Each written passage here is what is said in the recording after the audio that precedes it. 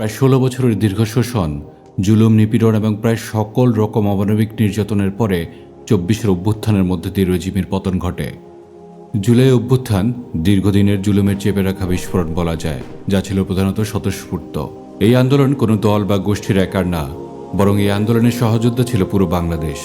তবে অবশ্যই এই অভ্যুত্থানের প্রথম সারির যোদ্ধা এবং আত্মত্যাগ করেছেন আমাদের প্রাণপ্রিয় স্কুল, কলেজ, ভার্সিটি এবং মাদ্রাসার ছাত্র ভাইয়েরা, যাদের অবদান ইতিহাসে লিখলেও কখনো যথাযথ হবে না।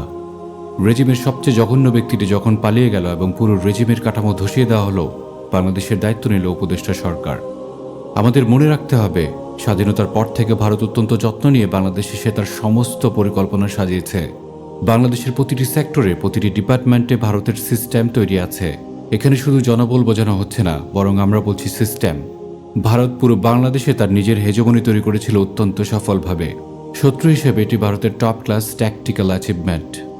ভারত শুধু একটি সিস্টেমের দখল নিয়েছিল এমন নয়, বরং সে এই সিস্টেমের নিজস্ব সকল রকম প্রতিরোধ ব্যবস্থাও নষ্ট করার পথে প্রায় সফল ছিল, যেন ভবিষ্যতে কেউ কোনোভাবে তার এই সিস্টেমকে চ্যালেঞ্জ করতে না পারে, এটিকে জ্বর সহ উপড়ে ফেলতে না পারে। এটি ভারত বিভিন্নভাবে করেছিল। এর মধ্যে উল্লেখযোগ্য ছিল শিক্ষা ব্যবস্থা, সংস্কৃতি, ইতিহাস এবং মূল্যবোধের রিকনস্ট্রাকশনের মাধ্যমে।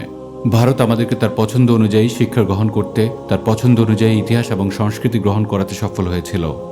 সমস্ত কিছু নিয়েই আমরা প্রায় ৩ বছর আগেই ভারতের আগ্রাসন সিরিজে ধরে ধরে আলোচনা করেছিলাম। ভারতের এই সিস্টেম দখল নেওয়া অনেকটা সাইবার স্পেসে হ্যাকিংয়ের মতো। হ্যাকাররা যে কোনো সিস্টেম দখল নিয়ে সবার আগে যা করে, সিস্টেমের নিজস্ব ফায়ারওয়াল নষ্ট করে দেয়, ধ্বংস করে দেয় বা সেটাকে কনফিউজ করে রাখে। ভারত বিশেষভাবে আমাদের ক্ষেত্রেও এই কাজটি করেছিল। কেউ অনুমান করেন তো ভারতের বিরুদ্ধে আমাদের ফায়ারওয়াল কী ছিল? ভারতের আগ্রাসী হিন্দুত্ববাদী হেজেমনির বিরুদ্ধে আমাদের এই জমিনে ফায়ারওয়াল ছিল আমাদের দিন। আমরা আবারও বলছি, আগ্রাসী ভারতের আগ্রাসনের মোকাবেলায় এই জমিনে আমাদের প্রতিরক্ষার ভিত্তি ছিল আমাদের দিন। কিভাবে? ভারতের আগ্রাসন একটি আদর্শ থেকে জন্ম নেয়, আর তা হচ্ছে হিন্দু সুপ্রিমেসি বা হিন্দুইজম। যদিও এর সাথে অন্যান্য ভূ রাজনৈতিক বিষয় জড়িত আছে, তবে মূল সেটি। একটি আদর্শের মোকাবেলায় আরেকটি আদর্শই প্রয়োজন, এবং সেটিকে আগ্রাসী আদর্শ অপেক্ষা অধিক শক্তিশালী এবং অধিক শুদ্ধ হতে হবে। ধরে নিচ্ছে আগ্রাসী ভারতের এই হেজেমনি মোকাবেলায় আমাদের আদর্শ হচ্ছে বাঙালি জাতীয়তাবাদ কিংবা বাঙালি চেতনা বা দেশপ্রেম। কিন্তু এই সকল প্রত্যেকটি আদর্শ ভারতের নিজস্ব পছন্দ অনুযায়ী টুইক করা। এটি আমরা উপরে বলে এসেছি মাত্র। ভারত আমাদেরকে তার পছন্দ অনুযায়ী শিক্ষা গ্রহণ করতে, তার পছন্দ অনুযায়ী ইতিহাস এবং সংস্কৃতি, আদর্শ, মূল্যবোধ ও চেতনা গ্রহণ করতে সক্ষম হয়েছিল। তবে ভারত যা পারেনি এবং যা কেউই কোনোদিন পারবে না, তা হচ্ছে আমাদের ওহীভিত্তিক আদর্শ মূল্যবোধকে বিকৃত করতে। কারণ এটি তো দুনিয়ার কেউ তৈরি করেনি, আর দুনিয়ার কেউ এটিকে বিকৃত করে দিতেও পারবে না। আর এটি ছিল ভারতের ভয়ের জায়গা। এটি ছিল আগ্রাসনের বিরুদ্ধে আমাদের ফায়ারওয়াল। ভারত যেহেতু আমাদের দিনের উৎসসমূহ বিকৃত করতে পারবে না, এজন্য সে চেষ্টা করেছিল এদেশে ইসলামকে ডেমোনাইজ করতে এবং ইসলামোফোবিয়া ব্যবহার করে আমাদেরকে এই দিন থেকে সরিয়ে রাখতে, আর যারা সত্যনিষ্ঠার সাথে দিনের ধারক, বাহক এবং প্রচারক, তাদেরকে শেষ করে ফেলতে। চলে আসি বর্তমান সময়ে। ভারতের আগ্রাসন যেমন জুলুম, একইভাবে মানুষের তৈরি করা কোনো জীবন ব্যবস্থার অধীনে নিজেদেরকে সমর্পণ করে দেওয়াও জুলুম। কারণ এটি সিস্টেমের মৌলিক দুর্বলতা। এই দল চলে গেছে, বিদল এখনো ক্ষমতায় আসেনি, অথচ আপনারা তাদের জুলুমের ব্যাপারে খুব ভালো মতোই জানেন। লক্ষ্য করুন, ফ্যাসিস্ট রেজিম আমাদের উপরে ফিরাউনের মতো যে নির্যাতন চালাতে সক্ষম হয়েছিল, তা কিসের জোরে? তাদের কথিত আইন, সংবিধান এবং গণতন্ত্রের নামে। তাদের এই সিস্টেমে আমাদের আত্মচিৎকার রাষ্ট্রদ্রোহ হিসেবে বিচার করা হতো। আমাদের আত্মরক্ষার প্রতিষ্ঠাও সেখানে অপরাধ ছিল। শুধু বেঁচে থাকাই আমাদের অপরাধ ছিল। আমরা কেন বেঁচে আছি, কেন বেঁচে থাকব, এটি ছিল আমাদের অপরাধ। জাহাজ বাড়িতে নিয়ে যাদেরকে হত্যা করা হয়েছিল, তারা কি অপরাধ করেছিল? কিন্তু তাদেরকে যারা হত্যা করেছিল, তারা রাস্তা থেকে উঠে এসে হত্যা করেনি।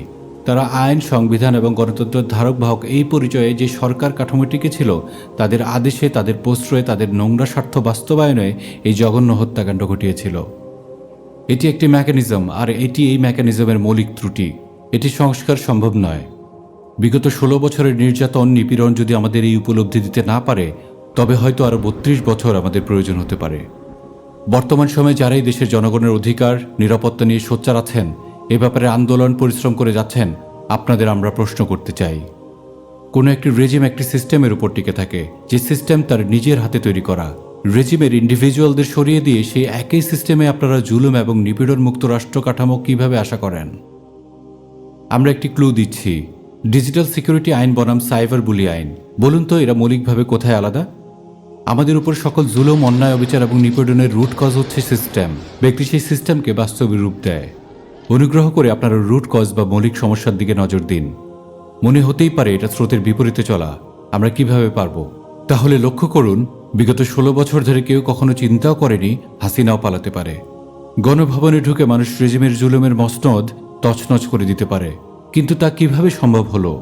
নিশ্চয়ই কেউ এভাবেও চিন্তা করেছিল এই স্রোতের বিপরীতেই যাব, হয় স্বাধীন হয়ে বেঁচে ফিরব, না হয় জুলুম থেকে ছুটি নিব। আমি না পারলেও তারা পারবে, আমি চলে গেলেও তারা আসবে।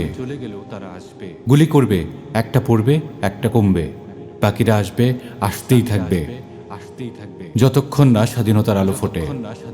তারা আমাদের আগেই হেঁটেছিল, তারা পেরেছিল, তারা পড়েছে, মরেছে, করে দেখিয়েছে। তাদের সেদিনের স্রোতের বিপরীতে সাহসটুকুই আজ আমাদের স্বাধীনতা। আর আমাদের আজকের স্রোতের বিপরীতে সাহসটুকুই হবে আমাদের সন্তানদের আগামীকালের নিরাপত্তা।